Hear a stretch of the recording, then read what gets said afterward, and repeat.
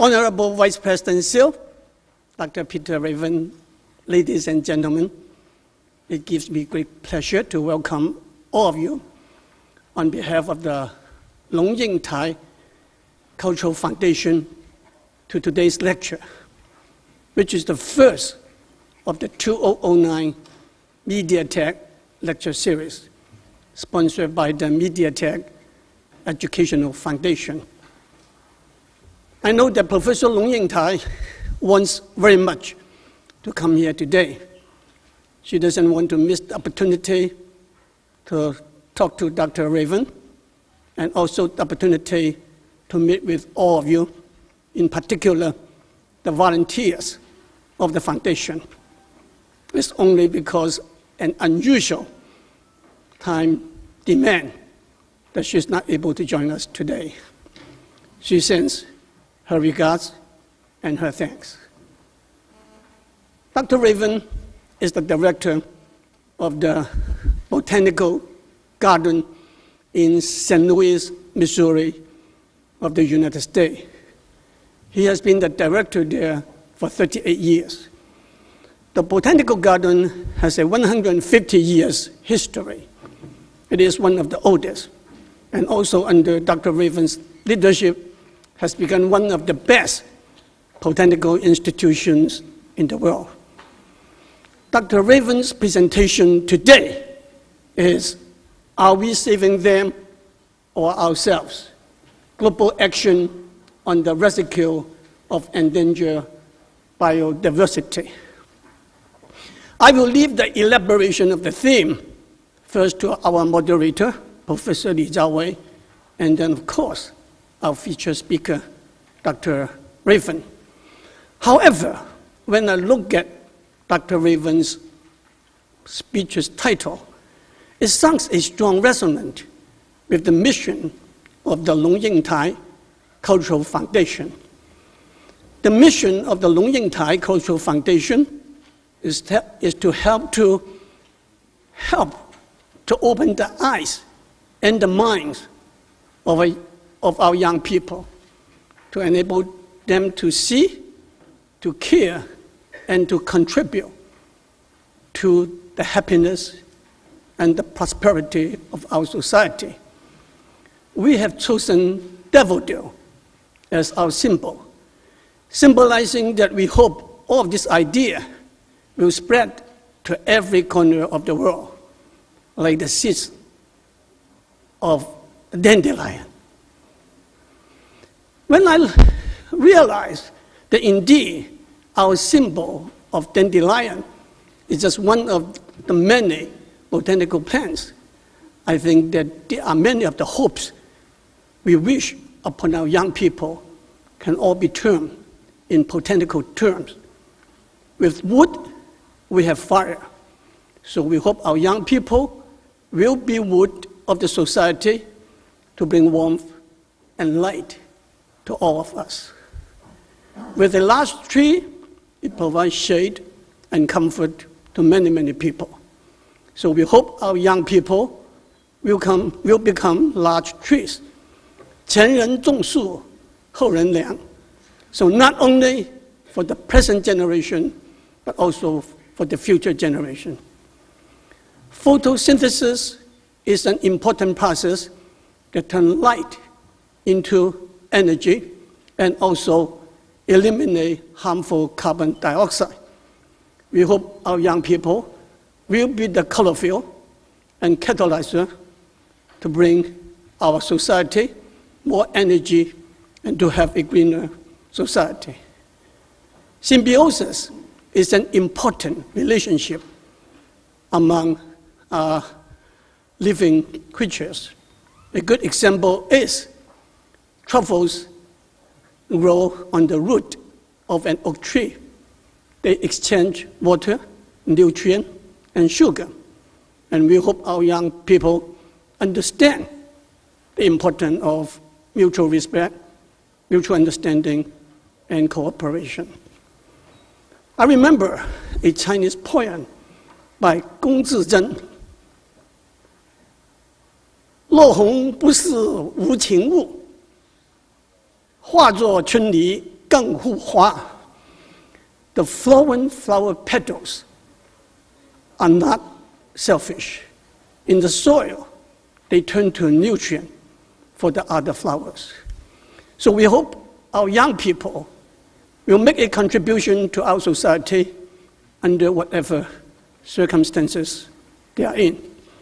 Finally, there was this poem by William Wordsworth, I wander lonely as a cloud. At the end, he said, and then my heart with pleasure fills and dances with the daffodils. 我的心充满了欢欣与喜乐，我跟水仙花一起共舞。I hope our young people will be our daffodils. They'll bring us hope, they bring us joy, so that we can dance and celebrate together. And then, with pleasure, my heart filled, dances with the golden daffodil. With that, let me introduce our Honorable Vice President of the Republic of China, Ms. Xiao, 副总统。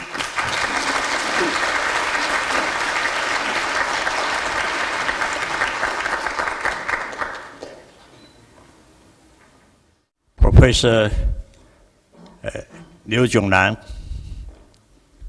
Professor Peter Levin, Minister Zheng, and Dr. Liu of Zhongyang 研究院,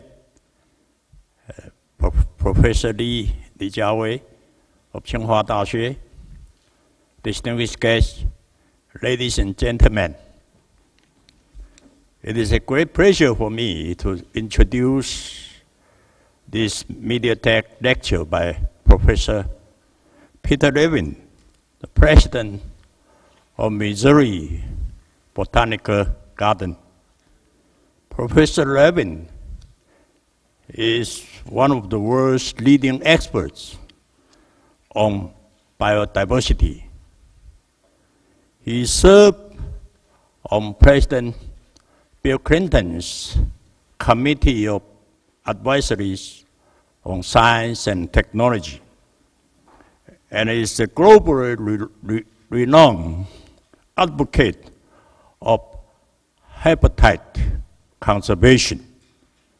He is also a good friend to Taiwan, having served as a member of our government's Science and Technology Advisory Group, and having made a major contribution to biodiversity preservation in our country.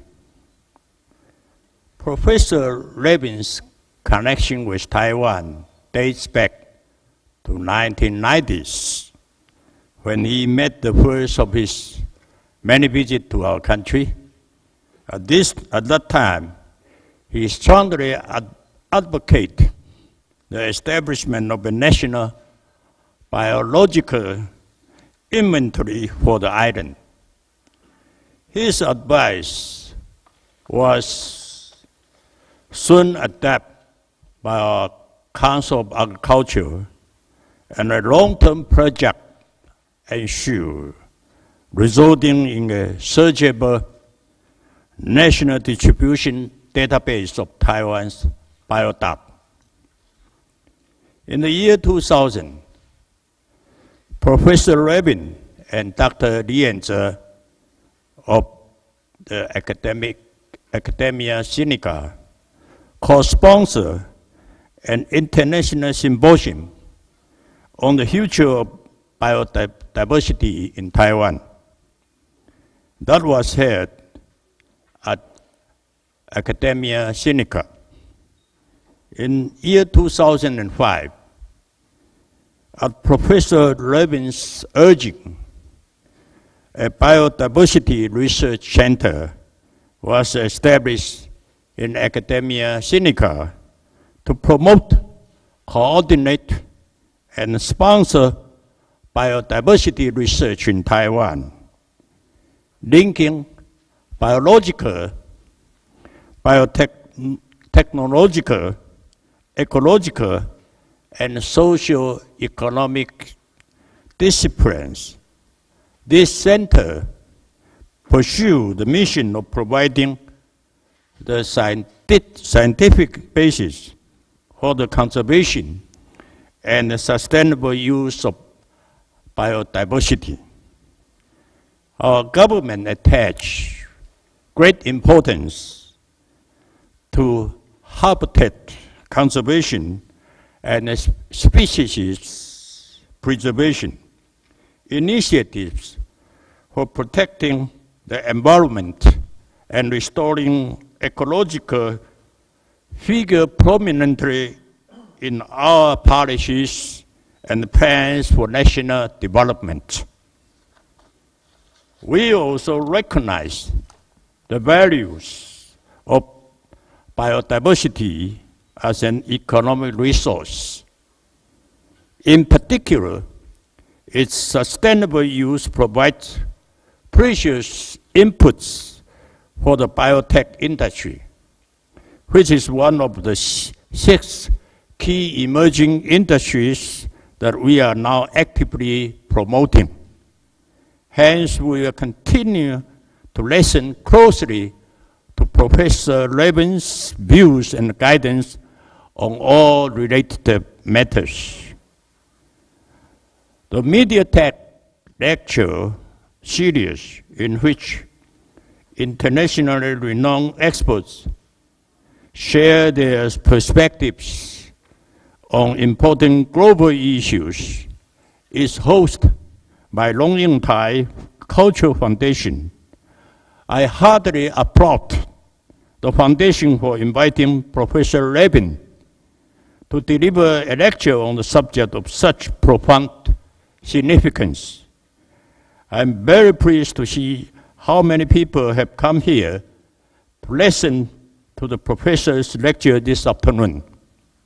It is a very fine thing for the foundation to be nurturing, visionary, open-minded, and responsible young citizens, which are essential to the development of a dynamic civil society in Taiwan. Ladies and gentlemen, I wish you all have a full enjoyment of Professor Raymond's lecture, and may you leave here with much impressed and inspired and enlightened by Professor's wise and foresight speeches. Thank you very much.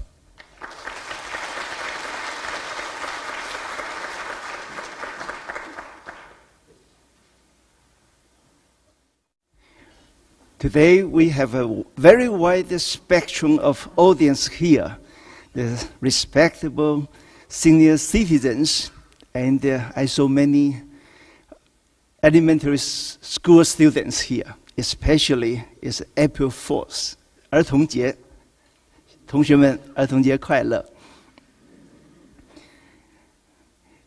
This week, the sky of Taipei is very raven. Before his arrival, the Scientific American Chinese edition have an in-depth interview with 6 pages. And then the most welcomed bi-weekly magazine, the Commonwealth, has a 2-page interview. Following today's talk, there are many medias like Taipei Times, different radio stations is going to report this activity.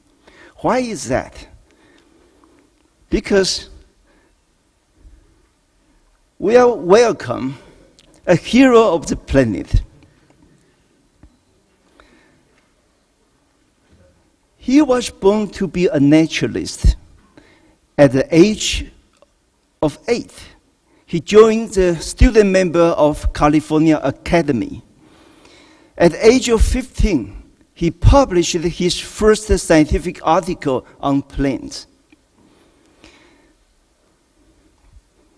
In 1971, he moved from Stanford University to Missouri Botanic Garden. He transformed a relatively obscure botanic garden into the leading plant conservation and research institution.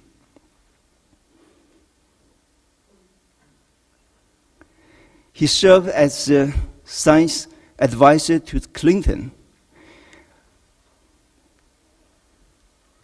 He is a trustee of National Geographic.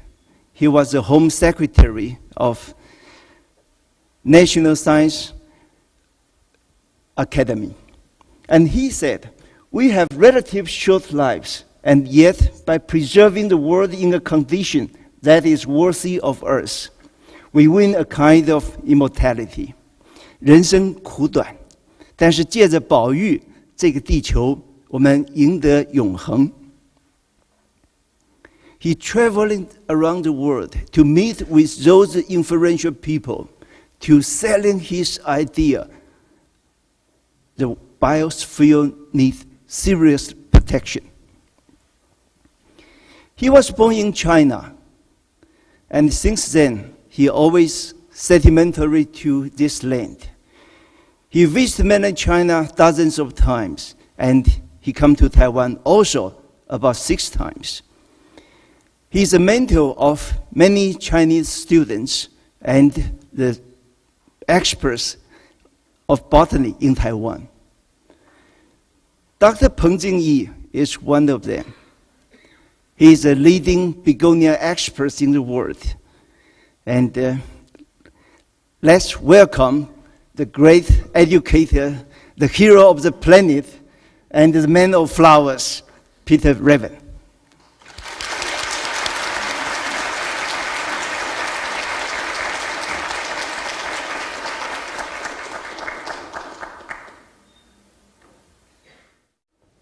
Well, Honorable Vice President Hsu and distinguished guests, Professor Lee, thank you very much for that wonderful introduction.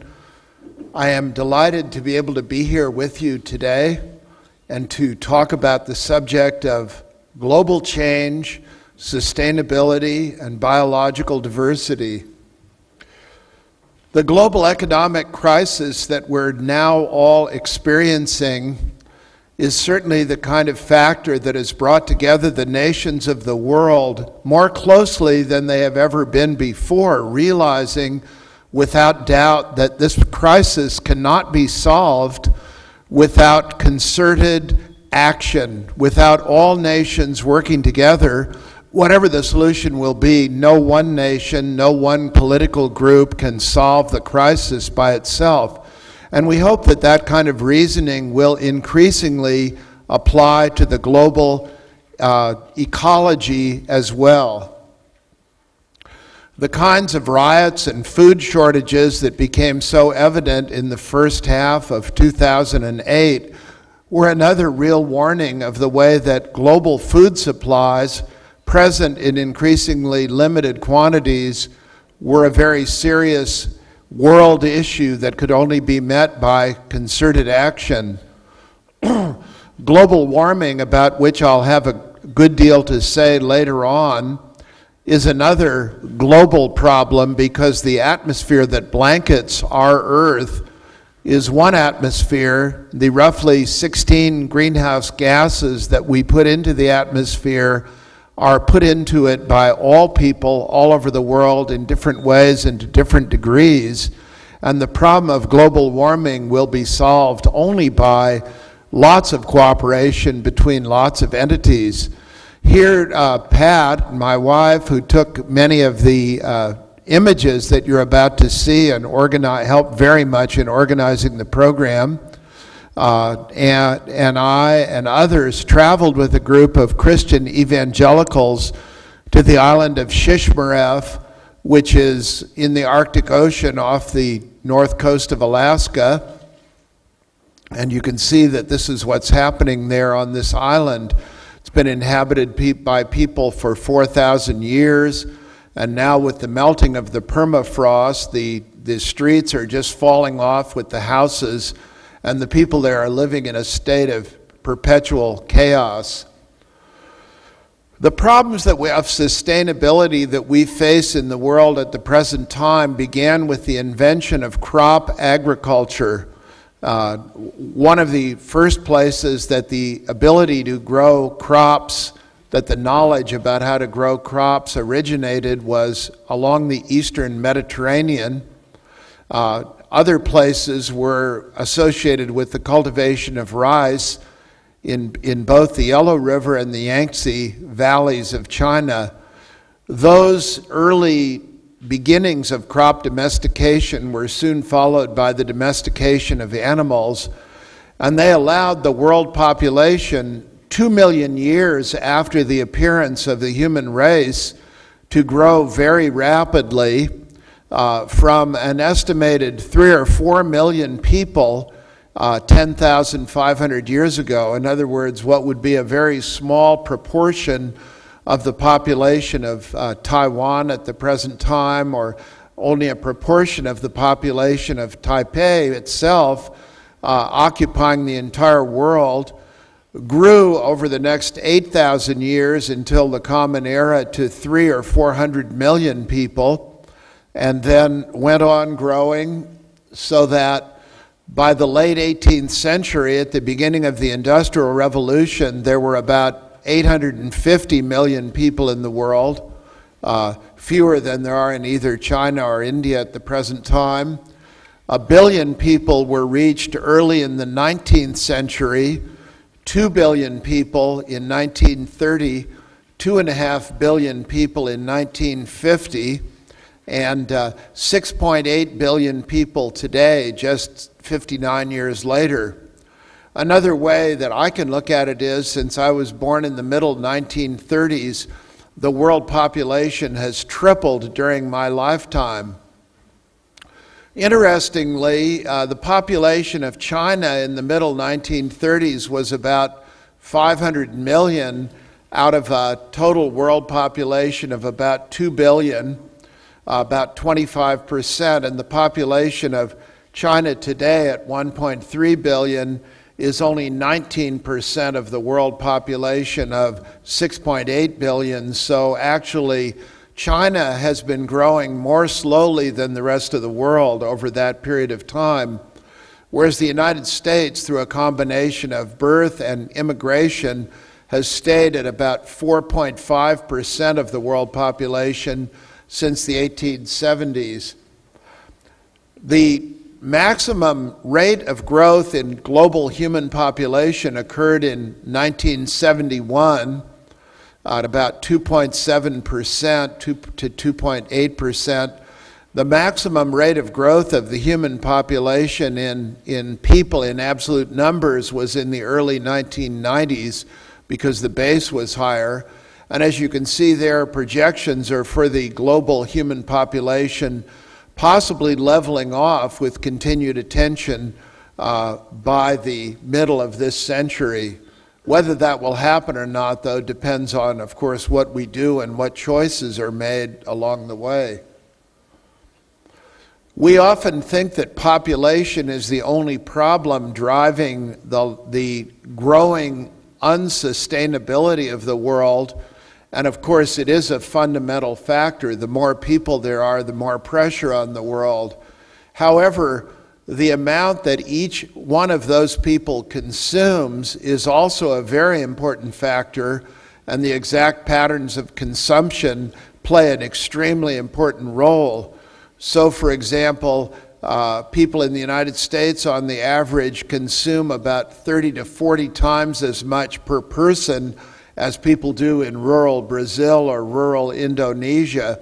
So the impact of the US population of 300 million could better be approximated by multiplying that by a factor of something like 25 or 30 on the average. It's much larger than you would think from the size. The impact of Taiwan is also larger than you would think from the size, but not of course proportionately as great.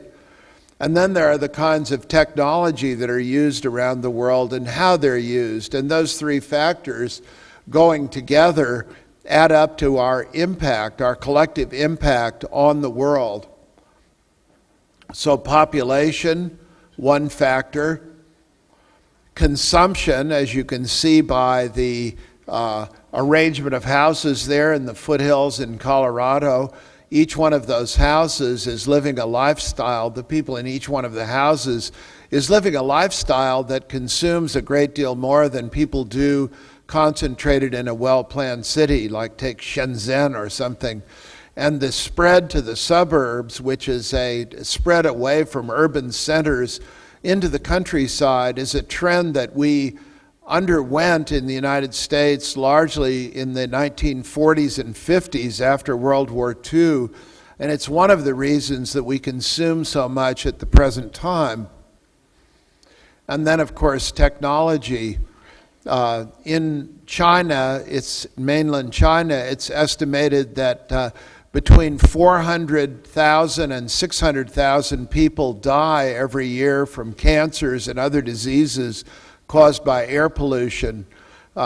26 of the most polluted cities in the world are in mainland China, and air pollution is a threat to human health, becoming as great as smoking cigarettes or something used to be because of the very adverse effects, particularly of the kinds of small particles in the air that come from coal-burning plants and places like that. Human use of the products of photosynthesis, the process by which plants convert energy from the sun into chemical bonds, in which form it can be used to support their lives and the lives of all other organisms on Earth. Human appropriation or waste of the total productivity of the Earth is estimated at about 45% at the present time. We, one species of what we'll see later is tens of millions of species on Earth, are using about 45% of the world's total productivity or wasting it. And in addition, we're using an estimated 55% of all the fresh water in the world. So we're using a very, very high proportion of the productivity of the world right now. In the North China Plain, which supplies food for 40% of the people in China, the water table is dropping by 1.5 meters a year, and natural rainfall is insufficient to provide the water needs. There are plans to bring water from the Yangtze River to North China, but the point is that the management of water is becoming a more and more critical obstacle to human prosperity and progress all over the world. With the melting of the Himalayan ice, which is virtually certain to occur during this century as a result of global warming, many of the great rivers that feed China and India and the countries of Southeast Asia will be reduced to a small proportion of their present volume of water, and that portends really difficult times for the future for very many billions of people. To illustrate that the world is not being managed sustainably, consider the changes that have occurred since 1950. Approximately 15% of the topsoil in the world has been lost. About 20% of the agricultural land in the world has been lost, mostly to urban sprawl, but also to over-fertilization, salination, desertification, and so forth. The forests, about a third of the forests have been gone. Carbon dioxide in the atmosphere has gone up more than 1/6, and about 7% of the stratospheric ozone layer, which blocks ultraviolet B radiation, has been lost, which increases the incidence of malignant skin cancer about 25% in a latitude like Taiwan and much more at higher latitudes. Now, human aspirations are such that we assume more or less subconsciously that every nation in the world can assume the kinds of standard of living and consumption that we have in the industrialized countries right now. And every country in the world is trying to make that happen. However, the assumption is not possible to achieve if our populations and expectations, levels of consumption continue to grow, and we continue to use the kinds of technologies that we have now. In order to achieve a higher standard of living for everybody in the world, we need social justice, level populations, and greatly improved technologies around the world. It can't be done with the expectations for consumptions with an ever-growing population or by continuing to use the kinds of technologies that we have now.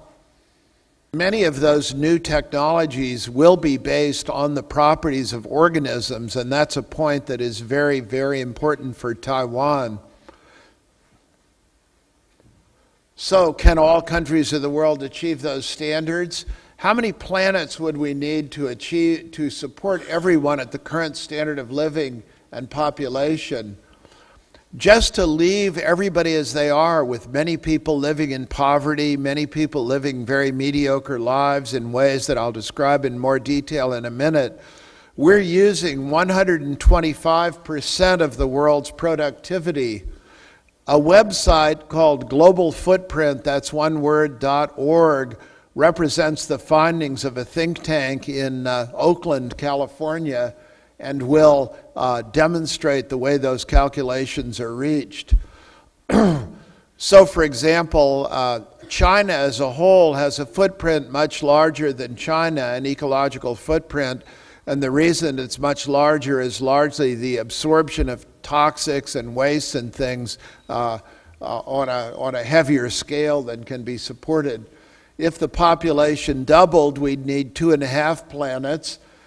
If everyone really did achieve the standard of living of the industrialized countries at the present time, which means the levels of consumption and so forth, and if we were using present technologies, it would take 3 times the productive capacity of the Earth, and if the population and the standards increased, 6 copies of the planet Earth.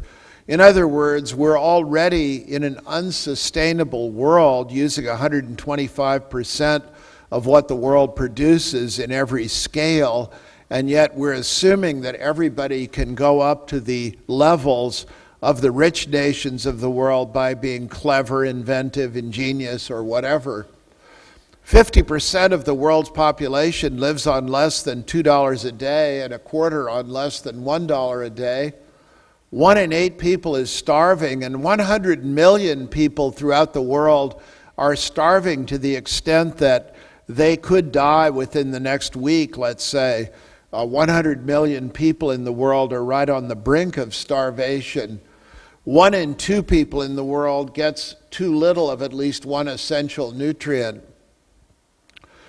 Now turning to biodiversity, the living species of plants, animals, fungi, and microorganisms that we share the planet with are essential to our lives, and we hope to use their properties to help to build global sustainability, yet we're driving them to extinction at an unprecedented rate. So why should we try to save them, and how can the rate of extinction be slowed?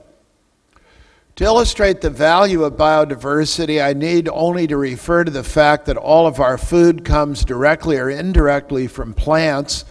103 kinds of plants out of the 300,000 known supply about 90% of all of our food, rice being the single most important food plant in the world.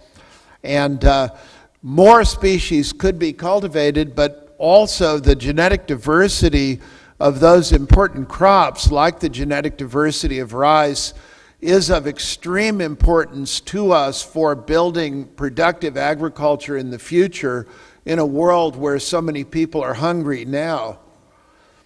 For 2/3 of the people in the world, plants are directly their source of medicine, and therefore the supplies of those plants are very important. Plants are directly the source of medicine for most people in East and South Asia, for example. And even for those people who obtain their medicines in a drugstore, about 1/4 of modern medicines are based on chemicals derived from plants or are directly taken from plants at the present time, and about another 1/4 from fungi and microorganisms, with many new important medicines being discovered as time goes along. Furthermore, in an age of molecular biology, which goes back several decades to the 1960s with precursors in the 1950s, we have many new abilities and many new levels of understanding. We can transfer genes from one kind of organism to another.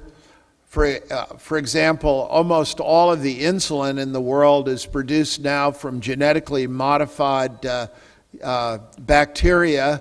Almost all the cheese in the world and almost all the beer in the world is produced by genetically modified organisms. And here you see a simple example of papayas which have been made resistant to ring spot virus by the introduction of a particular gene and saving the papaya crop all around the Pacific Ocean in that way. And of course, there are many analogies in other kinds of plants, and genetically enhanced crops are spreading around the world at the present time. But in a few years, those will seem only like an inkling of the great advances that can be made. And of course, that's why the Chinese government recently announced a $2.5 billion U.S. investment in producing new genetically enhanced crops.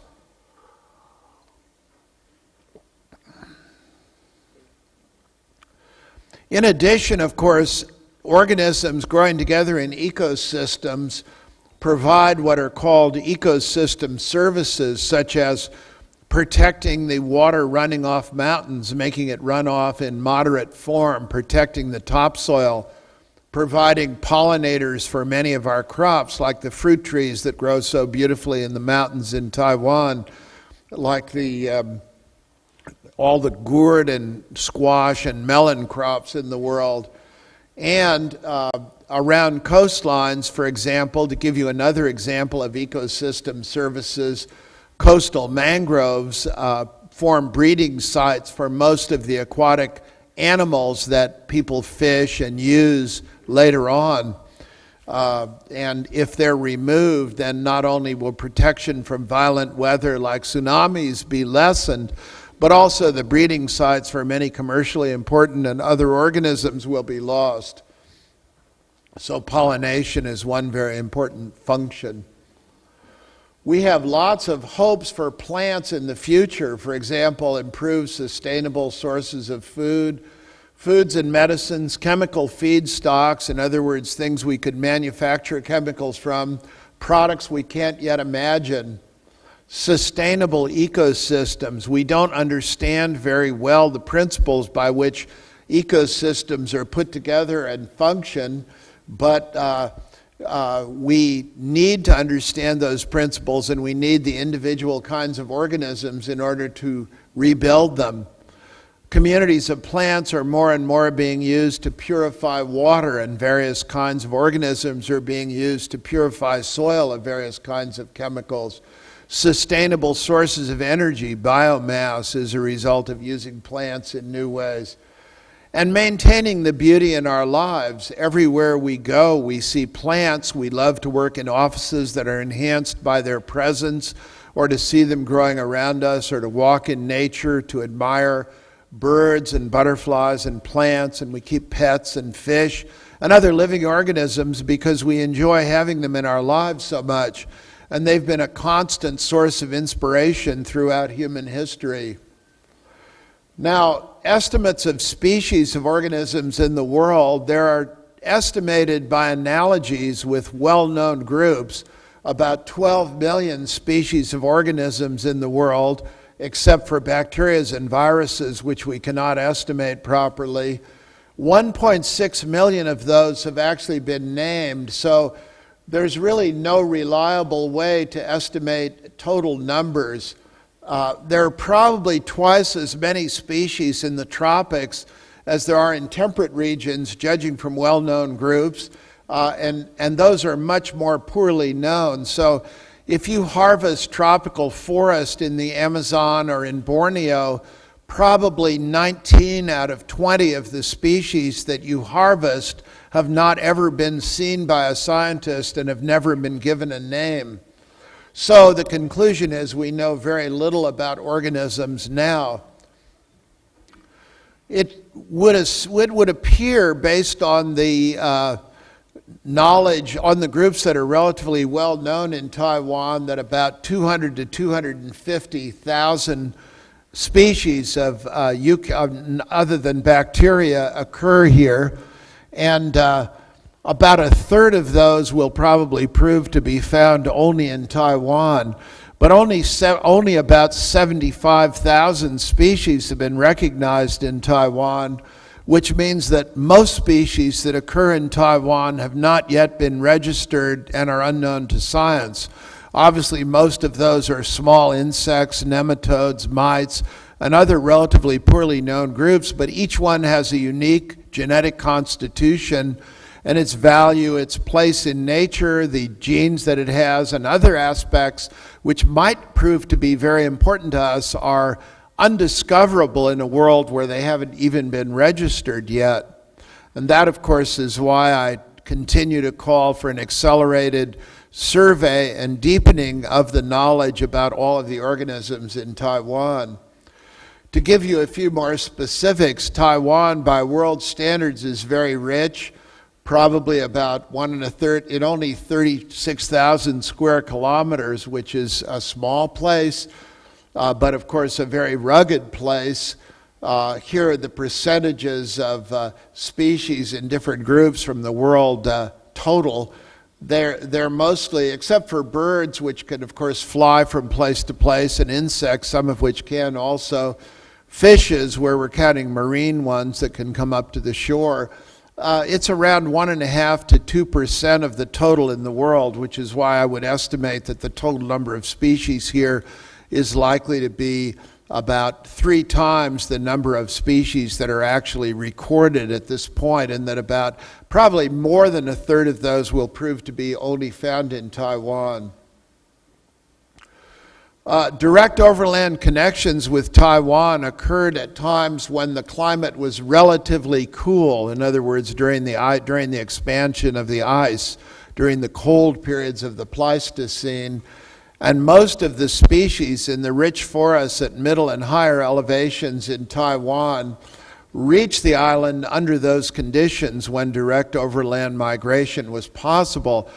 But the other thing that you would note, and this is consistent with the relatively poor representation of species and groups in the southern tropical forests of Taiwan, which are much, much poorer in species than corresponding communities on the Asian mainland, that when Taiwan has been connected to the mainland, the temperature was definitely cool or cold, and so tropical organisms were not present in these latitudes, which means that all of the tropical organisms, all of the organisms that make up the tropical forests of Taiwan, animals, plants, fungi, microorganisms, must have reached here by long-distance dispersal over the water, either by floating or blowing here.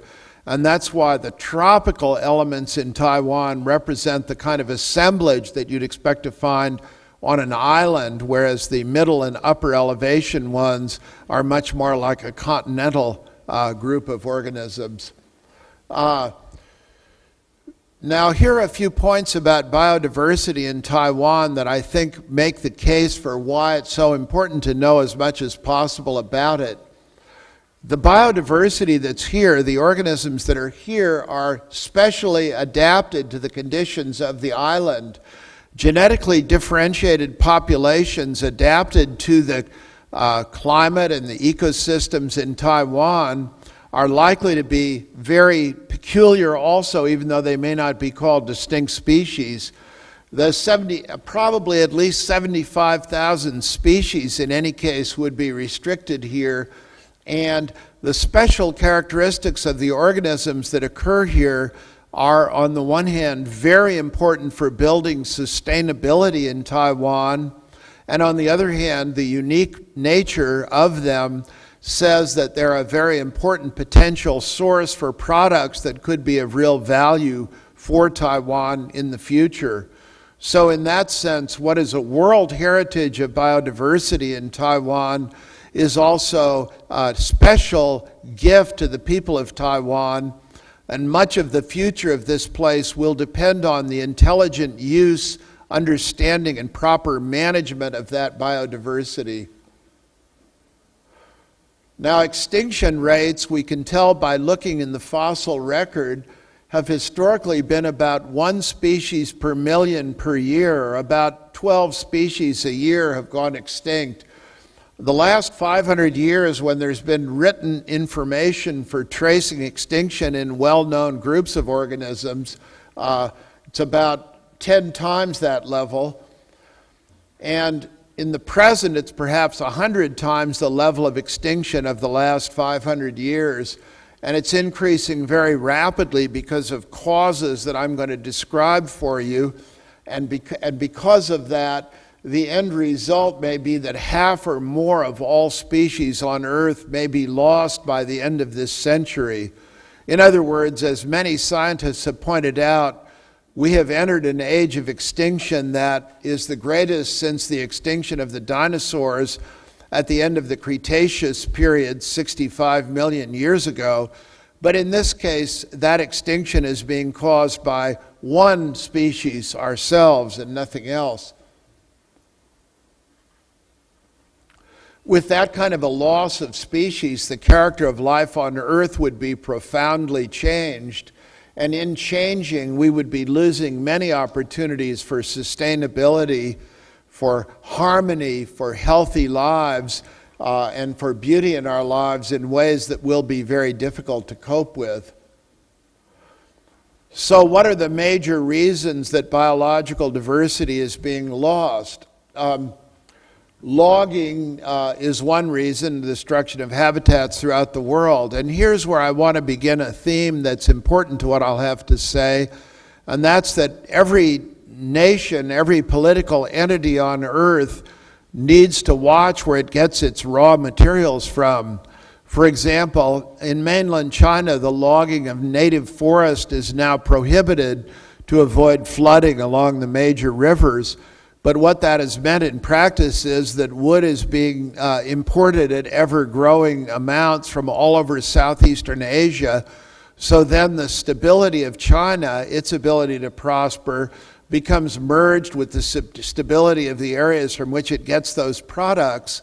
And sustainability of the whole world is then a matter of interest, as it clearly is for Taiwan, which gets so much from abroad in everything from food to any kind of raw material to labor to many things. So Taiwan has a very real and direct interest in sustainability over the entire world. Fire, of course, destroying ecosystems and becoming more prevalent in drier, hotter climates. Here's a common weed in Taiwan, Mycania micrantha, and it introduces the subject of invasive aliens. Invasive alien species which come from elsewhere and overwhelm the natural vegetation are, as you can see from a picture like this, an important factor in reducing the diversity of native organisms and driving them towards extinction. That's water hyacinth in Vietnam. That's a plant introduced from the American tropics, very common here also, and a very important aquatic weed. Zebra mussels are a European entity introduced in the United States and have spread over 100 years over that river system shown there. This is invasive bamboo, edible bamboo, Phyllostatus edulis, invading the forest near Huangshan in Anhui province, and people plant it in little clearings in the forest, and then it spreads right out and knocks off the native species, replaces them very rapidly. Lucina leucocephala is a very common weed in Taiwan, and as you can see from these slides, this is the extent of Lucina on that hillside. You can see what it's done to the native vegetation there. And I should give credit to Tessri for some of these excellent slides, as well as to Qing Yipang and Kufang Chen. This is Tithonia diversifolia, which is a Mexican ornamental plant grown in gardens. Many of our weeds escape from gardens, and there it is as an alien in Taiwan. The number of invasive species in Taiwan and the proportion in the flora is growing rapidly every year. And one of the things that would need to be done to protect biological diversity and ecosystem sustainability in Taiwan would be to be very careful with quarantine regulations and the importation of more exotic plants and animals to try to avoid it by any means possible, even though we're in a world economy now, which means that organisms will spread around the world. Slowing down their spread and slowing down their establishment here is very valuable economically and ecologically and in terms of winning eventual sustainability. The harvesting of individual kinds of animals in nature is a very important negative force on their existence. For example, practically all of the species of turtles in Southeast Asia are being hunted and shipped to China in large numbers to be eaten. And clearly we've got to turn the corner from hunting those animals that people want to eat in nature to growing them domestically so that there can be a steady supply of them. And of course, people immediately begin to complain about animals or plants that are gathered in nature, that they're not as effective, they don't have the same properties when they're grown in cultivation. So we've really got to work hard on that area, or many species will simply be wiped out, like a number of turtle species are virtually on the edge of extinction in Southeast Asia, just because they're gathered in such large numbers to be eaten, and many other kinds of animals also, as you know. And of course, overfishing of most of the major fisheries in the world is well known and has driven the vast majority of commonly fished marine organisms to the brink of extinction. The good news there is that they can be protected efficiently by creating marine sanctuaries in which they breed properly, making them no-fish zones. And it's shown that their populations can rebuild in those sanctuaries, and that when they do, then they can be fished very well around the edges of them and maintain a constant stock. Taiwan, as one of the major fishing entities in the world, really has played and continue to play a great role in that. In addition, of course, mariculture, growing marine organisms in culture, now, as of last year, produces more than 50% of all the marine produce that's consumed in the world, and that will continue to grow. There are problems going along with it of pollution of the beds where organisms are grown, but presumably they can be overcome by careful planning. Global warming is one of the new factors that we've begun to understand in relation to biological diversity, and as I will attempt to point out, it's a particularly important one for Taiwan. Although a few people in the world will still claim that global warming is not occurring, it's the unanimous conclusion of the International Panel on Climate Change, which includes a very high proportion of all the qualified scientists in the world who work with this area, that it is occurring, and that the global temperature is about 0.8 degrees Celsius higher than it was in pre-industrial times, and that it's continuing to rise rapidly. It will rise about another 1 degree Celsius just from the greenhouse gases that are already in the atmosphere, and at about a total of about 2.5 degrees Celsius, which probably is the lowest increase we could hope for. Uncontrollable weather events, big changes in precipitation, and other very unfavorable changes will begin to occur that we'll find it very difficult to manage. Minimum estimates of rise in sea level during this century are about 60 or 70 centimeters, and they range up to 1.5 meters during this century. And of course, most people in the world live in coastal areas, and many of them live very close to the water like this. And of course, An increase in sea level of only 10 centimeters will increase storm surge a great deal more than that. So it's very important. And further, the estimates keep being revised upward, arising, of course, from the melting of polar ice.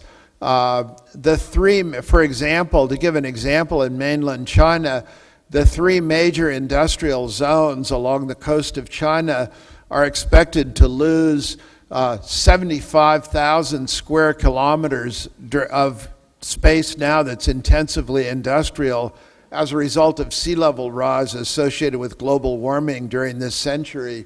So we have to do a whole new kind of planning. What is particularly important, and a point I wanted to emphasize for Taiwan, is the fact that at latitudes like Taiwan and like the United States, alpine ecosystems are disappearing rapidly as the temperatures rise, and models of temperature effects in the United States have all the area in the lower 48 states that's above timberline disappearing during the course of the 21st century, so that all of that snow cover, all of the glaciers, all of the tundra up in alpine habitats is expected to be gone by the end of this century. And when you think about what that means for Taiwan, it's very serious. And one of the things that I would urge right now is to, as a matter of very high national priority, get a Taiwan study as closely calculated as possible with the best experts in the world on what the various scenarios in climate change will mean for changed conditions in Taiwan by 2050 and by 2100, and then to act on those findings, because the conditions of living here half a century from now will be very, very different from the conditions of living here now, as they will be everywhere else in the world. Taiwan, of course, has its diversity because of tremendous environmental elevational gradients as it pushes out against that deep trench in the Pacific, and then the mountains are thrown up, of course, higher and higher to the eastern side of the island, and that's, of course, why there are such high mountains here. Taiwan's biological richness is related to the configuration of the island and to some of the facts that I've outlined here.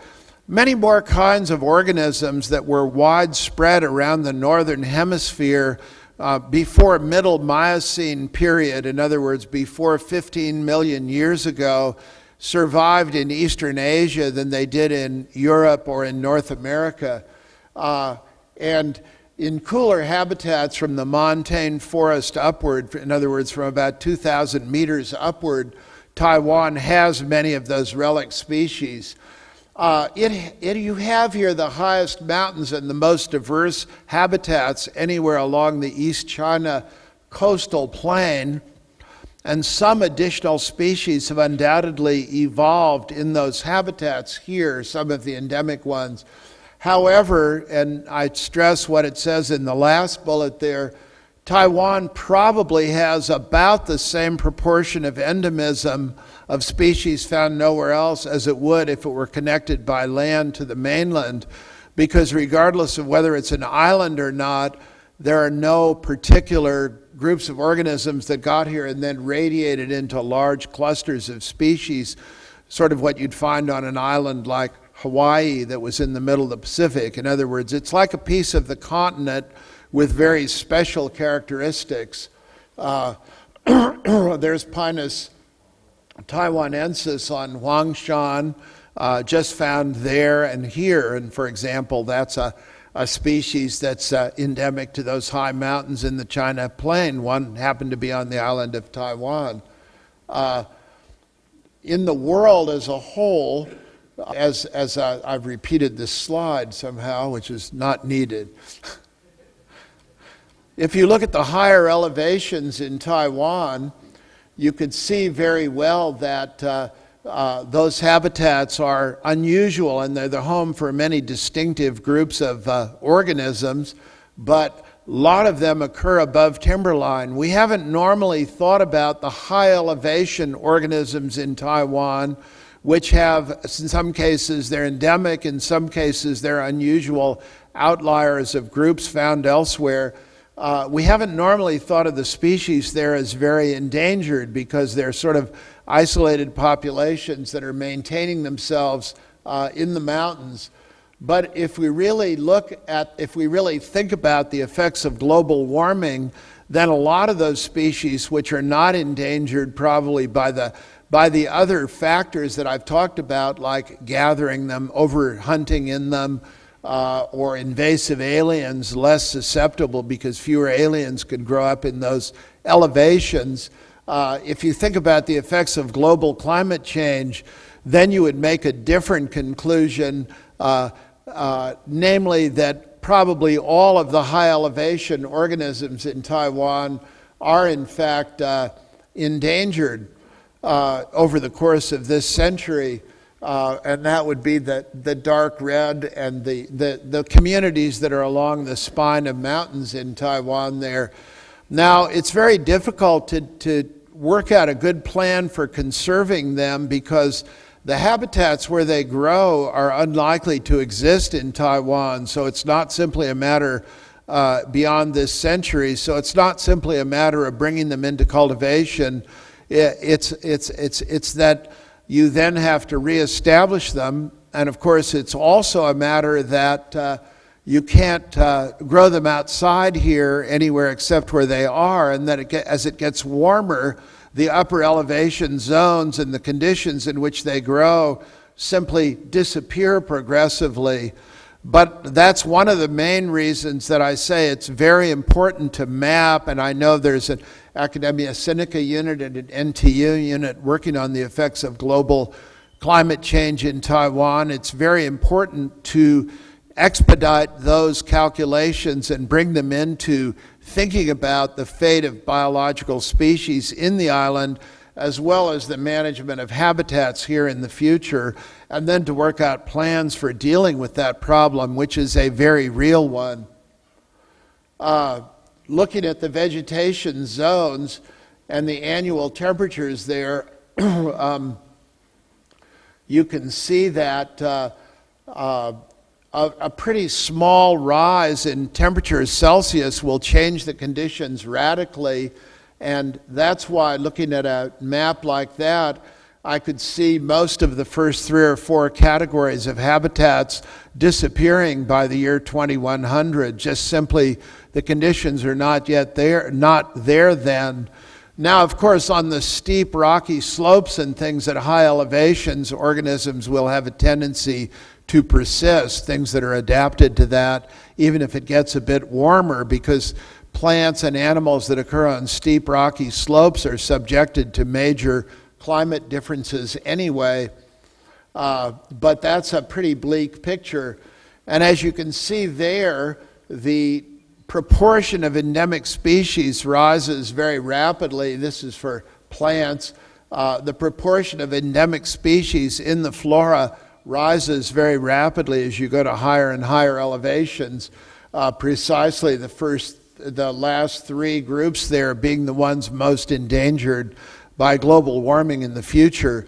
It's for reasons like this that the International Panel on Climate Change estimated that 20 to 40% of the species of organisms on Earth were likely to go extinct during this present century on the basis of global warming alone, without even the other factors coming into it. In Taiwan, just to give a taste of what you're probably looking at, steadily rising sea level, increasingly prevalent cyclones, and no doubt the appearance of new diseases, more different public health problems. Agriculture will become more problematical in Taiwan and throughout the world as patterns of precipitation and temperature change. And the endemic biodiversity here is particularly susceptible to climate change. And you've all had horrible cyclones here and know some of the effects that can occur with them. Much of the cultivation that occurs in Asia, all the way around from India to Japan, occurs at relatively low elevations. Here's farming in a warmer world, which is a very illustrative diagram. Darker brown places are going to be places where agriculture is going to get more and more difficult within the next 50 years, and it gets proportionally easier in the grayer places. But as you can see, if you think about which countries have the most people in them, or where rice is consumed mostly, and you look at that map, you can see that the picture is not good, and it's one that requires a lot of concentrated thought. This is just an indication of how many species in Taiwan are being rated as endangered or on the verge of extinction now, and TESRI is carrying out effective plans to laying the foundation along with other institutions for protecting them. But there are a lot of them here, probably let's say 20% of the plants found in Taiwan are already threatened or endangered, and the number can only go up. For example, rhododendron kanehira is endemic, and it's extinct in nature due to habitat loss, but kept in cultivation. Adianum capillus junonis is known only from 2 locations and only been seen in one of them during the past 5 years. Cirsium linearia is a species that's widespread in Eastern Asia, but it's only known from one place in Taiwan and no more than 250 individuals.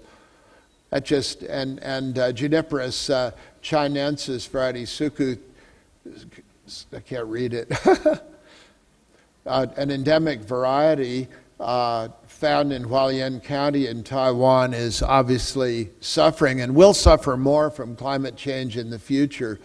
Now, to slow down biodiversity preservation, setting aside varied natural areas and protecting them, continually assessing the biota, bringing especially endangered plants and other organisms into cultivation, combating alien invasive species, and providing alternatives to harvesting species in nature. Obviously, the most effective protected areas in the future will be those that have elevational gradients and can be relatively resistant to climate change. But it's important to point out that areas that are lightly cultivated or suburban or in urban areas and on the edge of cultivated areas are also extremely important for conservation. And the areas in and around Taipei, for example, where there's any natural vegetation at all, should be carefully preserved and should be, to the extent possible, refuges for native species. Learning about organisms, as these Missouri Botanical Garden botanists are doing in Madagascar, or as one of our scientists here, Tom Crowett, is doing with a new species of Anthurium from Ecuador, learning about organisms in nature and publishing about those organisms and making the information available on the internet is very important from a variety of points of view. Here's a gathering of the Flora of China Joint Editorial Committee on Huangshan last year, and Chinese and foreign contributors there coming together to talk about the progress of this flora of the 31,500 species of plants found in China. Bringing plants into cultivation is relatively easily done, and in fact, a lot of them are already in cultivation. Bringing animals into domestication is much more expensive and difficult, but if the animal is interesting enough to people that they're willing to spend the money and effort, it can be done too. In the bigger picture, of course, preserving biological diversity is only part of the strategy that we need. We need to reverse global warming, find alternative energy sources, social justice, empowering people, especially women and children throughout the world, reaching a stable population and finding new technologies. Since the world is not sustainable now, and since biological diversity can survive only in a sustainable world, turning back the many of those factors and slowing them down is of extreme importance. And of course, if we just let them continue, we really can't protect biological diversity. These women in southern India are learning how to extract chemicals that are used as drugs from plants that they harvest themselves, so that they'll be able to keep more of the money than if they just send it away as raw products to Delhi to be extracted. This farmer in Vietnam is participating in a program of the Missouri Botanical Garden and the government of Vietnam, planting rattan around the edges of his field, around the edge of Bac Man National Park, so that he can harvest rattan on the edges of his field rather than going into the park and ripping it out. And those are the kinds of strategies that we need throughout the world to win sustainability. To get a stabilized world climate is terribly difficult. We need to have falling emissions around the world within 20 years, giving developing countries a window to helping them to develop alternative energy sources.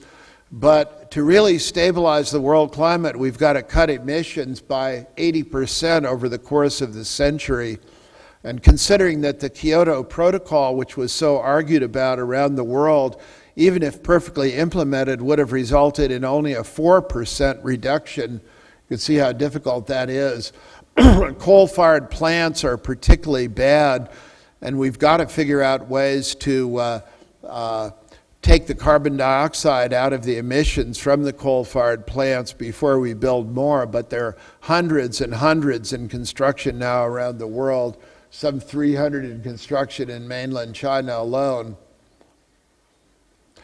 One of the very most important things that we can do, and perfectly consistent with the mission of this foundation, is to educate youth about nature, give them opportunities to understand it, the variety and beauty of it, and give them opportunities to understand how the elements in nature fit together with one another.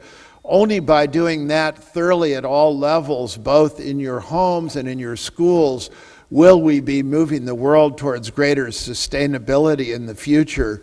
If young children stay inside and don't gain that kind of appreciation and understanding, they're unlikely to be able to cope effectively with the environmental challenges of the future. Particular recommendations that I have for Taiwan: strengthen the system of protected areas, accelerate inventories of organisms, model the effects of global warming and find ways to adapt to them, and of course, at the same time, be a participant in cutting greenhouse gas emissions and a leader for the world in doing that. And I would point out that by doing that, you will be making inventions and developing strategies and developing tools that will be highly marketable around the rest of the world. So I would certainly call for more concentration on effective technologies to limit greenhouse gas emission. All aspects of living need to be thought about in relation to global warming, and sustainability, because of the outreach of Taiwan around the world, needs to be promoted everywhere, and I've just stressed the importance of sustainability. That completes the remarks that I have, and I hope that you have found some relationships among them that might be of interest to you, and I'll now conclude and invite Professor Lee to come back up and participate in the furtherance of the program.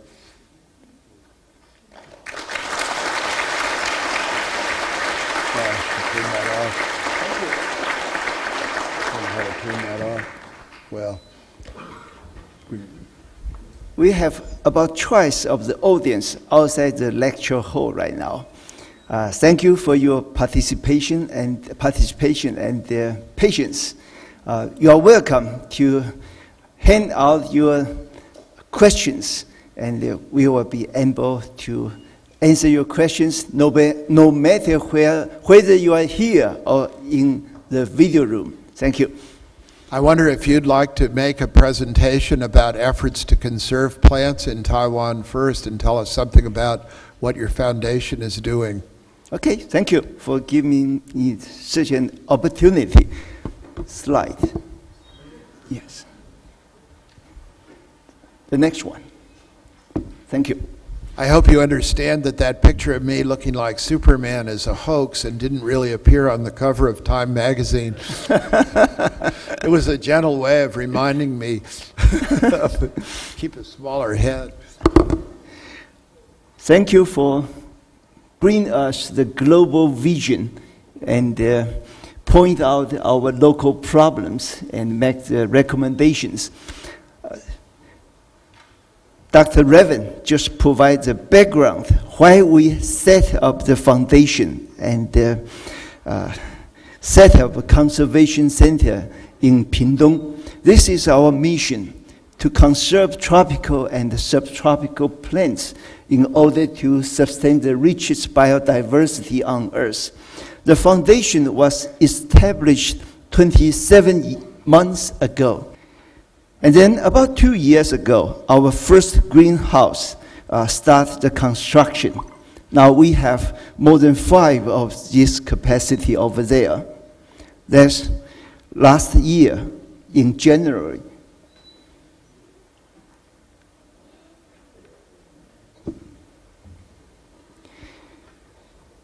We gathered the tropical plants all over the world to enrich the collection.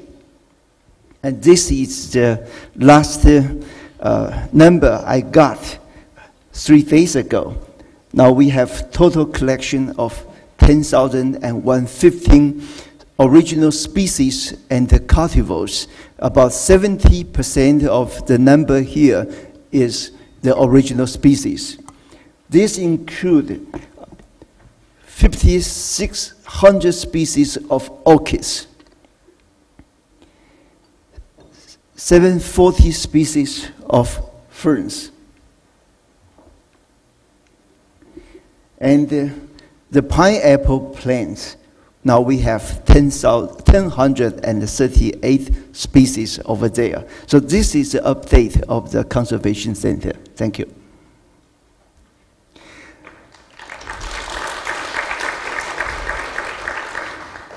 Now we are waiting for the rising hands. You mentioned about social justice, empowering people, and population stability. On social justice, could you please elaborate? Because do you actually mean we should do something as drastic as rationing all the resources, including space and food and water and all such things? And on empowering people, I would just like to know a little bit more what you mean by empowering people. Could you say that again? Empowering people. You mentioned that in one of your suggestions. Limiting number? No, empower people. Oh, yeah, okay, sure. Right, okay. Social justice. Yeah. The first is social justice, and then empower people. Yeah. And the third thing is population stability. I think stability can only be reached when the death rate equals the birth rate. Now, if we are decreasing our death rate, we have to decrease our birth rate at the same time. Well, we do have a decreasing birth rate, but at the same time, we're creating economical and social problems by having a rapidly aging population. So this seems to be not something that is that will actually resolve all the problems that we're facing at the moment. So could you also give us some thought on that? Thank you. Sure. When I say social justice, it means essentially the same thing as empowerment. There are poor people all over the world, and there are poor people in every nation, and we reach a socially just and stable situation when we create a society in which those people have opportunities. To give you a kind of a simple example, when I go to a different foreign country, I often say, what chance does a person who grows up in a small village in the country here have to reach the best universities in the country and to succeed in the leadership of the country? Or what chance does a person who grows up in a small village have to reach the heads of corporations or be an important business executive? And of course, the odds of a person being in such a place, growing up to achieve such things, is always smaller than it is if you grow up in a wealthy family near the centers of population. But some countries are much better at it than others. And considering that brains and abilities are not distributed solely to people who have money and are privileged lives, but are distributed pretty randomly across everybody in the world, a matter of not only social justice in a moral sense, but a matter of using the abilities, recognizing the abilities of all people throughout the world to contribute to the solution of our common problems would be a very intelligent way to treat our population. If we have 6.8 billion people in the world and 6.8 billion brains, how many of the, let's say, 100,000 best brains are actually belonging to people living in a position able to contribute to improving our common situation, and how many are simply wasted? For example, how many people in the world have the talent of Beethoven, or how many people in the world have the talent of Albert Einstein? We don't know, but the number is greater than one, and the distribution is uncertain. Therefore, the better we can do to increase opportunities for people throughout the world, the better off we all will be. And that's what I consider social justice. And obviously it applies to Taiwan, as well as it applies to the United States, as well as it applies to the whole world. It is, however, very difficult for people to look beyond their own particular circumstances and to take that into account, even though I would stress it's not only a matter of morality, it's a matter of intelligence. And particularly difficult is the position of women and children around the world. In the poorest parts of the world, the bottom 25 or 30%, women and children never have the opportunity to go to school, and in fact spend their whole lives carrying water and firewood back to where they live and burning the firewood in carcinogenic, cancer-causing conditions in huts and things. And so they do not really have the opportunity to contribute to the advancement of their families, their nations, or of all of us together.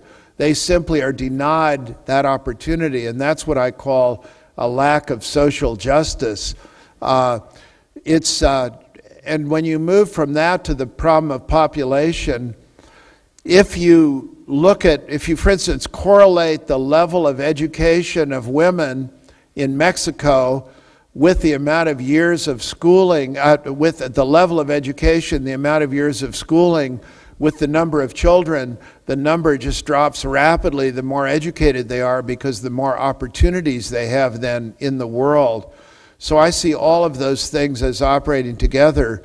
As for the economic system, it's unfortunate that we've built an economic system which is in principle based on unlimited growth, but it can't be that way. So what we've got to do is rethink economic theory so that we don't always need larger and larger numbers of young people supporting increasing numbers of older people when we're already consuming the world's sustainable productivity at 125% of what the world can produce, which means that it's, to me, a very, very bad idea for those countries that are paying premiums for having more young children so that they can support their aging population.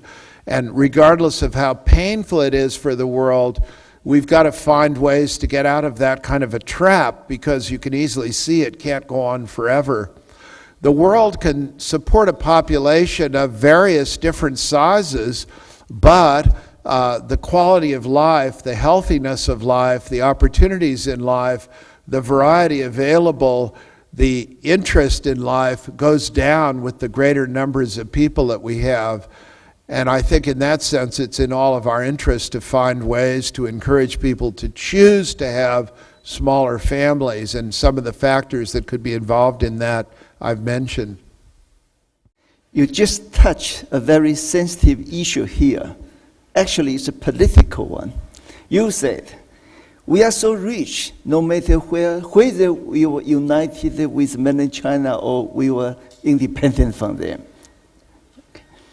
Rich in species. Can I say that? Well, if I said that, I take it back. Well, my question is, you mentioned, actually it's quite important. we are facing a serious problem in losing the species living in high latitude. So we have to find our own solution for this. Is there any existing example we can follow in other parts of the world? I just realized what you meant about the first thing. I meant you're as rich biologically, whether you're in biodiversity, whether you're united with the mainland or not. And besides, land does not mean unification. Any barriers on land will stop it. It gets to be more and more difficult as the higher elevations are disappearing at middle latitudes all over the world. But one, again, with global climate modeling, which gets better and better, for the whole world, there are models now which can let you get down to individual places. The best thing to do would be to find places where the climate would be cooler, later, because the obvious thing to do is keep them in greenhouses which are cooled, but the amount of energy needed to keep them in the greenhouses where they're cooled is so great that you can't count on that going on decade after decade, century after century. The big problem is you can't predict what the climate is going to be in different places until you reach a stability on global warming, so it becomes very circular. One thing that you can do with plants is to put seeds away in seed banks and keep genetically diverse samples in seed banks and then use them as a way of reintroducing those plants later on. And of course, some people have seen botanical gardens as kind of bridges into the future in that sense. They could hold them and then they could plant them out somewhere where they could support themselves later. But that's very problematical, and the best thing we can do for now is try to keep watching them closely, and above all, try to do everything we can to limit the extent of global warming. I have a question here. Peter, would you please comment on the public ignorance on the importance of GMO? GMOs, public ignorance. Well, let me put it this way.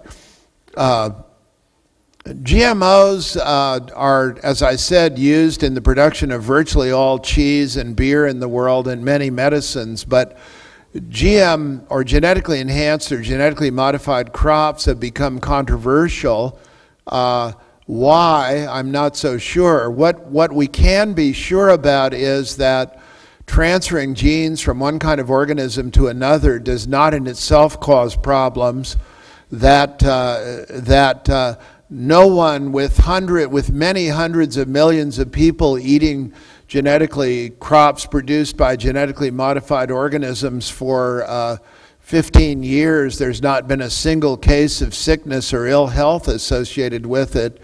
And the arguments about ecological damage from GMOs are, in my opinion, largely exaggerated. If you think of the invasive plants in Taiwan, and then you think, which are going up so fast and which I showed some real examples of, and then you think about the chance of a weed being produced by GMOs, it's so unimportant in relation to the whole picture, can be controlled individually with surveillance. So scientifically, there seems to be no reason to avoid the use of GMOs, and in fact, about 15% of the crops in the world are now genetically modified. Now, politically and economically, there could be lots of reasons that people could want to talk about. One would be who should own the food supply of the world, who should be paying royalties on what food, how should the poor have access to it, how free should it be, how should it move from one country to another, and all of those questions. But those questions can be solved, need to be solved, and can be solved. And I'm afraid that what has tended to happen is that the people who fear the introduction of GMOs on kind of political reasons or economically competitive reasons often talk about them being poisonous or dangerous or Frankenstein or other reasons which are really completely untrue. when the issues, the real issues, are really political and trade issues and control issues and access to the poor and so forth. That's my view of it. But do you encourage the ex situ conservation? Is that unavoidable? Well, as I mentioned, taking organisms out of the field and cultivating them or growing them in captivity becomes necessary when they would otherwise become extinct if just left alone in nature. For example, a species whose habitat was entirely occupied by introduced alien invasive plants, or one that was affected by disease in nature, should be brought into captivity or into cultivation. Historically, we would always have the aim of reintroducing them into nature once they'd been built up in cultivation. But the problem with that is that it was difficult enough to do before global warming came along as an additional factor to find the place where if you put the seeds out and all, they can maintain themselves. So even though that's least expensive and most dependable from the point of view of energy, it's a difficult strategy, and in the face of global warming, it can become an almost impossible strategy. We've got the climate in the world, the patterns of precipitation, the average temperatures are changing so rapidly now that we've got to figure out what those are going to be before we can successfully reestablish plants. And secondly, the populations in nature are going to continually be affected, not only the high elevation ones, just notably the high elevation ones, which just makes the job very much more difficult than it has been. We are an international television channel, Supreme Master Television. First, I would like to thank you for sharing all this information with us. They are very precious. My question is, according to a report, a 400-page report from the United Nations called Livestock Long Shadow, it says that... Called what? Livestock Long Shadow. Livestock. Livestock. Animal, yes, livestock. Livestock, yeah. Yeah, livestock long shadow. And it says that 26% of the surface land are used for animal raising, and 33% of the croplands are used to feed these animals. Also, according to IPCC Chairman Dr. Rajendra Pachodi, he said that actually animal raising are contributing enormously to the emission of CO2 and methane, which is the greenhouse gases, producing greenhouse gases. So I was wondering if you could give us your insight into this report. Thank you. Well, I have so many questions about the same topic. Are you vegetarian? And do you encourage people to eat less meat? You get about 10% of the energy in the plants that the meat is eating, that the animal food is eating if you eat the meat instead of the plants. And of course the increase in meat consumption in mainland China caused many areas that were not used intensively for grazing to be brought into grazing, and they collapsed ecologically right away, which has something to do with the dust storms in Beijing and so forth. The thing is, 11% of the world's land surface is crops, plants, and 22% is pasture, mostly on wild grasses and things, and mostly unsustainable. It's undoubtedly true that if people ate diets that were more vegetarian or entirely vegetarian, that everyone in the world could eat better. I'm not a vegetarian, but I urge everyone here to become a vegetarian immediately. If I have 100% pledge from the audience, then I'll do it too. But it is a very, very good idea and very conservative thing to do ecologically, and there's no way that we could all eat a high-protein meat diet and have people be fed adequately. Professor Reverend Dr. Lee, it's my great pleasure to hear your wonderful lecture this afternoon. It's very stimulating and really exciting. As you mentioned in your lectures, you say we need about approximately 6 planets, more than 6 planets on the Earth, if we reach the standards of current livelihood. However, we only have 1 planet now. In this day, we're facing with the economic tsunami, like economic crisis now. And all over the world to think about economic recovery or reach, everyone think about our economy should recover as soon as possible to reach about more than GDP about 6% or more. But the natural resource is limited, and our only one Earth. How we can reach that? How do we can reach that standard if we need such a kind of the economic? You mean the percent of economic growth? Yes. Well, and we can't. This is contradictory to our to talk about the sustainability of the world. Yeah. We really have to rethink economics from top to bottom. And in fact, many of the operational assumptions in economics were not actually put that way by Adam Smith and other people who founded economics. You know, Christmas sales in the United States, they always say, if they don't grow about 5% a year, everybody says, oh, the merchants, it didn't grow 5% a year. But if you just run your computer, that reaches infinity in a fairly short, a few thousand years, and it just can't be. Everything can't be growing all the time, which means that we need a stable population. We need a stable population with an informed set of people.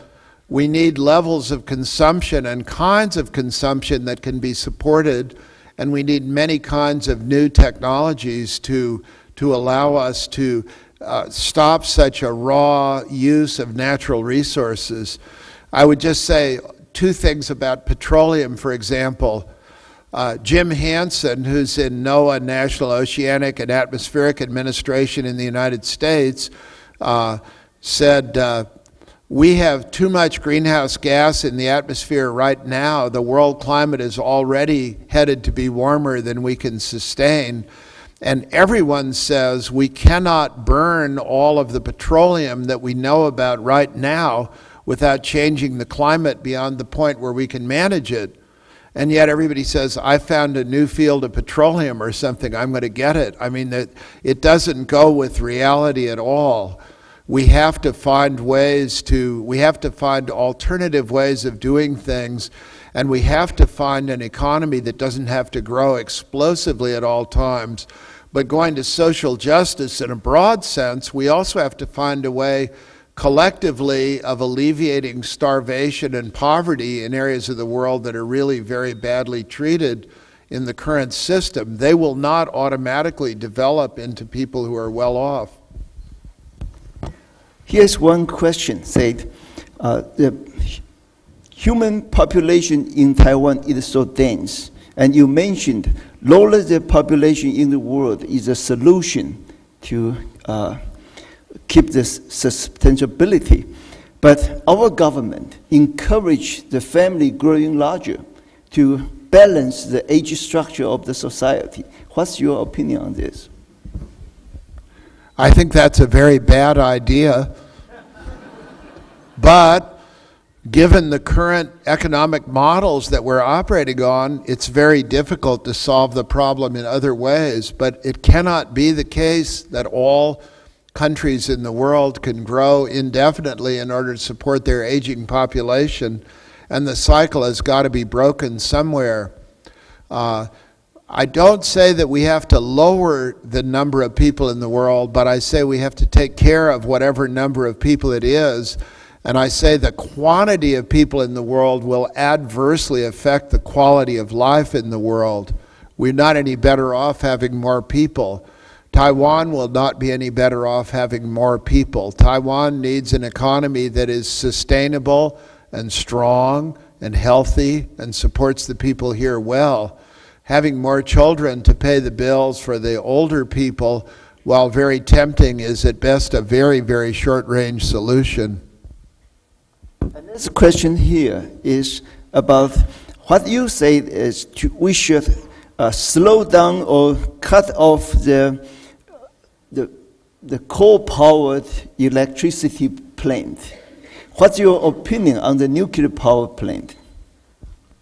First of all, on the coal plants, I would very strongly advocate not building any more coal plants anywhere until we have the ability to extract the carbon dioxide that they produce and bury it in the earth or get rid of it in some other way. Until we do that, coal plants, which are the cheapest form of electricity now by 30 or 40% from anything else, coal plants will go on being built in larger and larger numbers, making global warming unmanageable. About nuclear energy, I could just make a few observations. One is that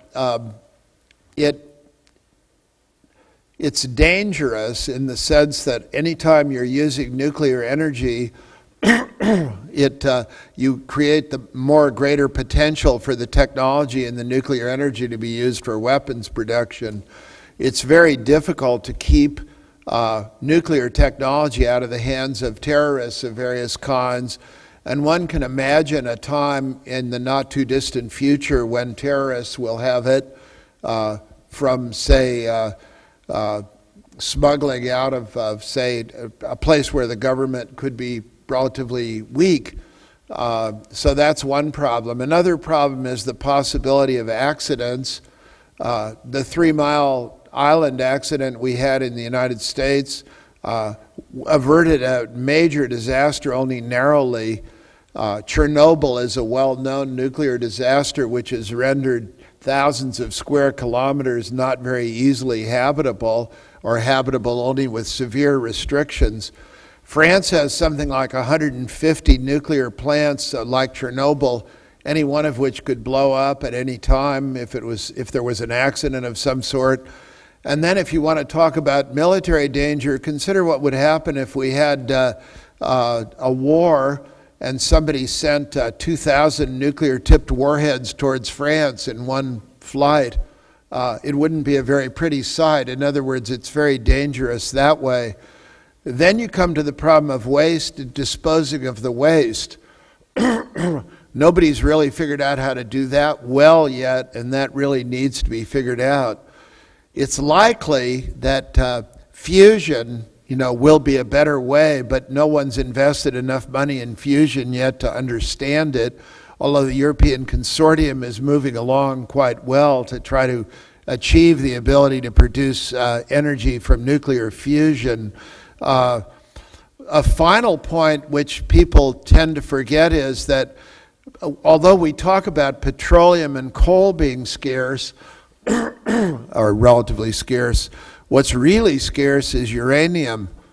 There's very, very little accessible uranium in the world, and so somebody's going to have to figure out, if we went widely into nuclear energy and if the problems of terrorism, militarism, proliferation, and disposal of nuclear waste were settled, we still wouldn't be looking at a very long supply of uranium to fuel those plants. So there are quite a few, even though on the face of it it makes lots of sense, there are quite a few somewhat interlocking problems about it that would need to be dealt with very carefully in order to use it safely and well.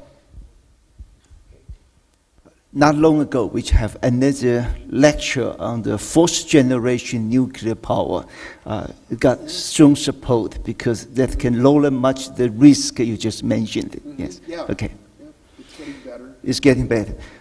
Welcome the question. Yes, please. Thank you. After this meeting, I feel groovy. I think as a human being... You feel what? I feel groovy. I feel sad because as a human being, it seems like we couldn't find any reason, any good reason that, any good things that we had done to this planet. I really would not like to walk out from here with that kind of feeling. Can you tell us at least 3 significant positive things had done in this century by human beings? Be positive. No. Yeah, okay. I think that the one very easy way to look at it, and one reason that we care so much, is the evolution of our civilization. Once we began living in small villages, towns, and cities, and in larger numbers, people began to be able to specialize, and in specializing in music making, storytelling, poetry, and all of the arts and all of the other things that we enjoy and that we consider part of civilization, we've developed a style of life and a series of values that we appreciate, understand, and work with, including values like charity, like beauty of art, like enjoyment of nature, and all of those things. And I think it's because of our possession and our development of all of those refined qualities, of which no people have done more than the Chinese people, that we fear the whole system disintegrating. The problem is that we started as a very low number of people. 10,000 years is only about 400 generations. 10,000 years ago, there were only about 3 million of us in the entire world.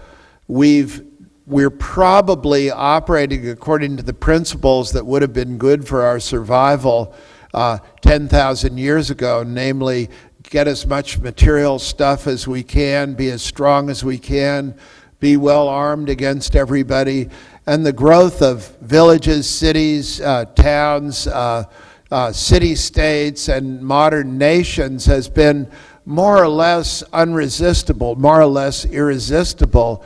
But I think that the wonderful philosophical, artistic, and other musical and other human values that we have are a cause for real celebration, and I think those are the values that we want to retain. If the world goes over the brink in lack of sustainability, with masses of very poor people and very few privileged people running around in between in various ways, we will have lost most of what we consider civilization. And viewing it philosophically, we could say that our whole evolution forward has been the accumulation of civilization and a good life and a healthy life and a long life in which we can honor and work with one another to achieve good things. Those values are to be celebrated every day and to be cherished and to be protected. And I think that's the positive side, at least to me. Peter, may I mention some short stories about the positive story happening in Taiwan? Okay? 我们可以看一下幻灯片，下一张。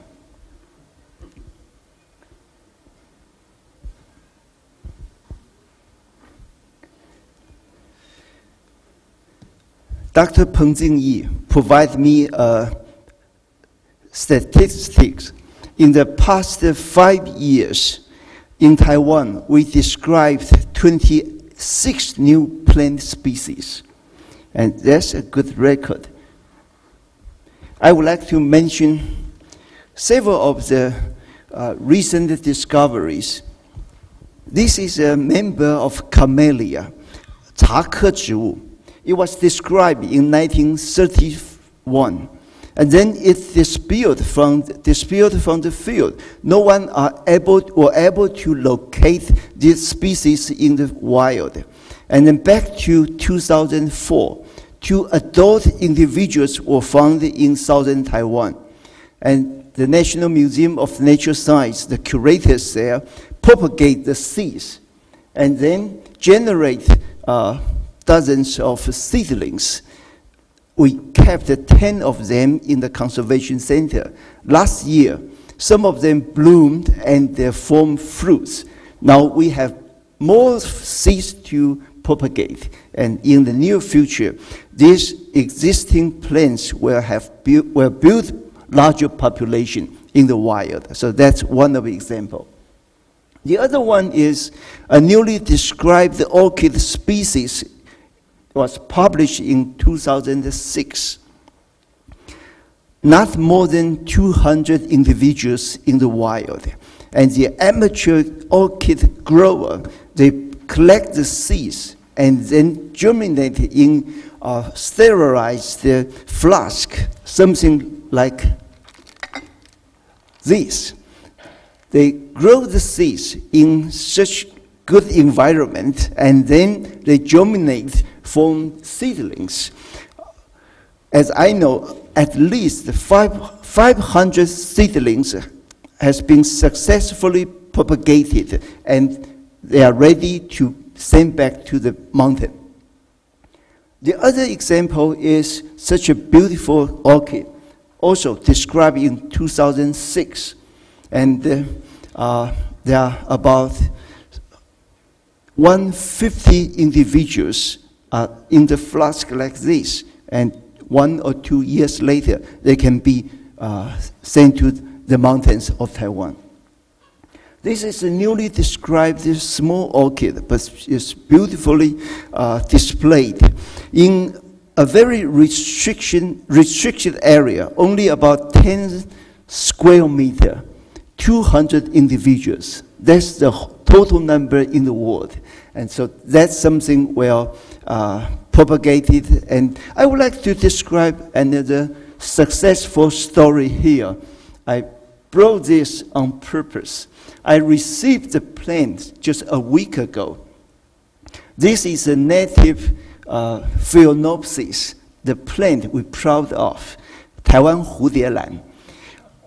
Half-century ago, it's all over the southern Taiwan, but it's almost extinct. No one are able to say how many still on the trees in southern mountain.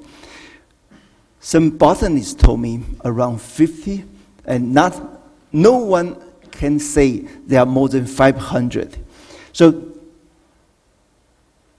2002, a botanist in Taoyuan Nongaichang, a local agricultural station, brought 2 individuals back, and they fertilized them and got the seed pod 2 years ago and propagate the seeds, then generate 2,000 individuals. And the last week, 1,000 of them has been sent to Pingtung County and southern and eastern Taiwan. And it's quite labor-intensive work to introduce the Phalaenopsis back to southern Taiwan. And this kind of activity is quite is prevailing, and it's growing larger, and that's the future hope. These are the positive side of Taiwan. Thank you. Actually, I would say,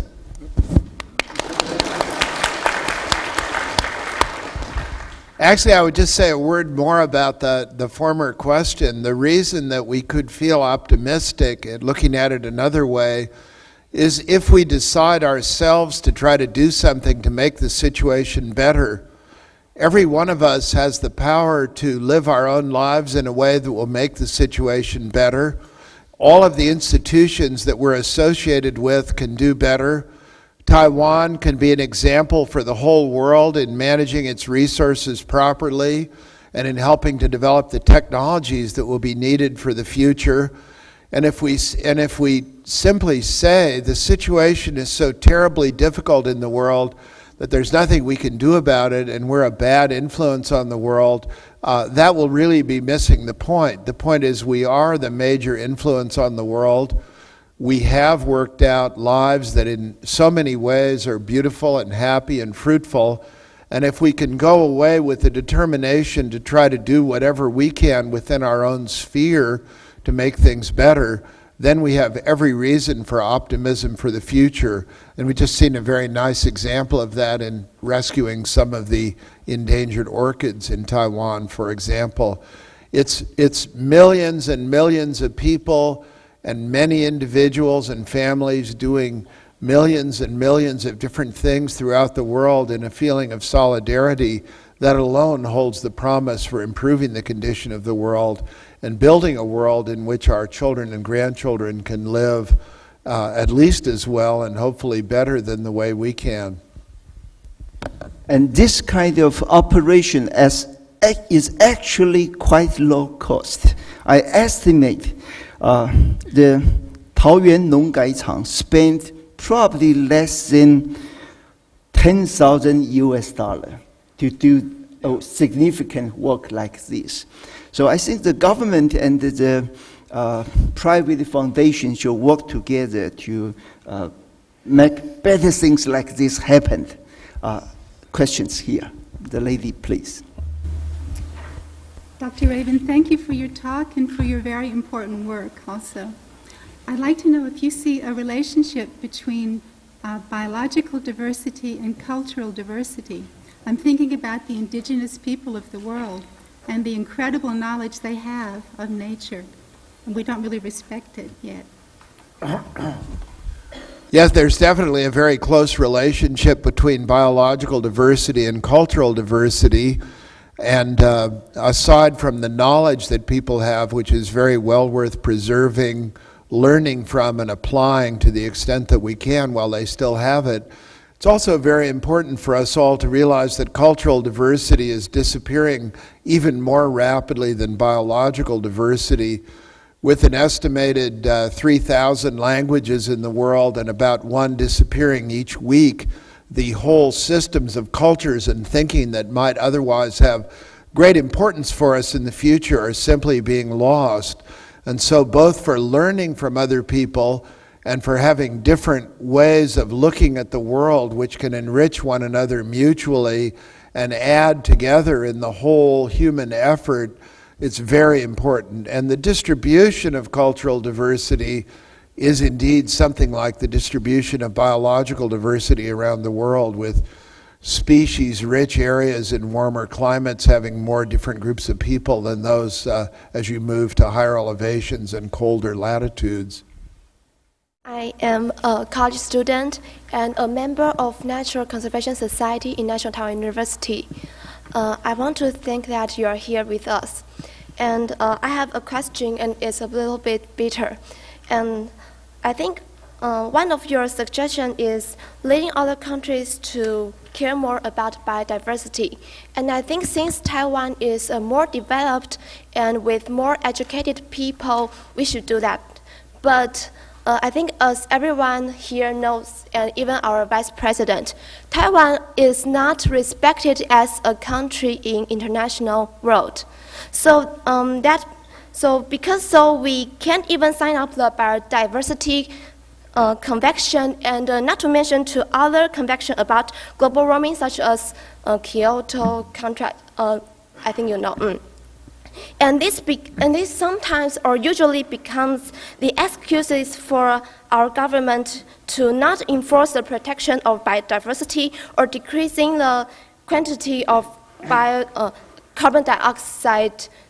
And I think lots of people know that the quantity of carbon dioxide expelled per person in Taiwan is ranking the third in the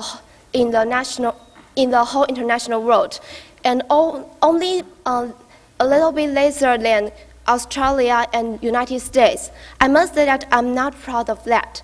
So I think Taiwan is an orphan in the international world, but also a country which escaped to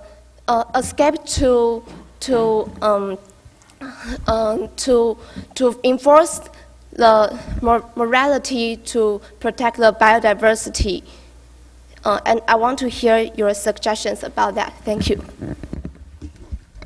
No comment, no. Well, the obvious point to make is that the United States is not a ratifier of the Convention on Biological Diversity nor of the Kyoto Protocol, and our results are very mixed. Generally, we're thought of as being one of the better places in the world for conservation, at least internally, and we act as if we're a member of the Convention on Biological Diversity in a in a practical sense. What I have tried to show today is that independently of any treaties or obligations that are legally mandated, Taiwan and the United States and everyone has a unique and self-serving interest for their own sake in preserving their own biological diversity and in using it widely and sustaining it, and also in doing what it can to promote the preservation of biological diversity throughout the world, because we all depend, I mean, rich countries like Taiwan depend on a lot of economy and a lot of other places, all of which goes back ultimately to sustainability. So, first of all, I would say I don't think that Taiwan has been in a very ambiguous and difficult situation for a very long time and unable to join some groups and do other things in other groups. But from my external point of view, the knowledge, the inventories of biological diversity, the knowledge of biological diversity and the conservation of biological diversity, particularly through the preservation of natural areas, is very well developed here. The style of living, you have many difficulties as we do in the United States, but you will gain greatly economically by reducing consumption. You will gain directly and greatly economically by finding new and better ways to do things. So I think, aside from the question of what obligations are or are not lived up to or have been lived up to by different governments with different ideas, I think the opportunities are important, immediate, and very compelling at the present time. And I look forward to Taiwan moving forward strongly and taking advantage of those opportunities. The economy here cannot be improved necessarily by imitating other countries in developing pharmaceutical industries or better chips or other things, even though those are good ingredients in a mix of a healthy economy here. But there are many more original things to be done relating to biological diversity, relating to energy efficiency and so forth, which could be great advantages to the economy of Taiwan in the years to come. So I think all of you need to keep expressing your opinions about those things, about the opportunities involved in them, and I expect to see a lot of progress in the future.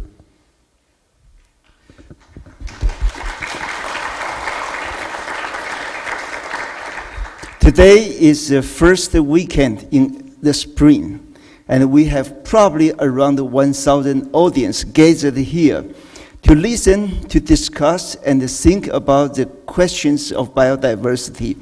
That is really a good phenomenon. That means we are willing to listen, to learn, and to participate, and create our own bright future. So we should be proud of ourselves. Happy weekend.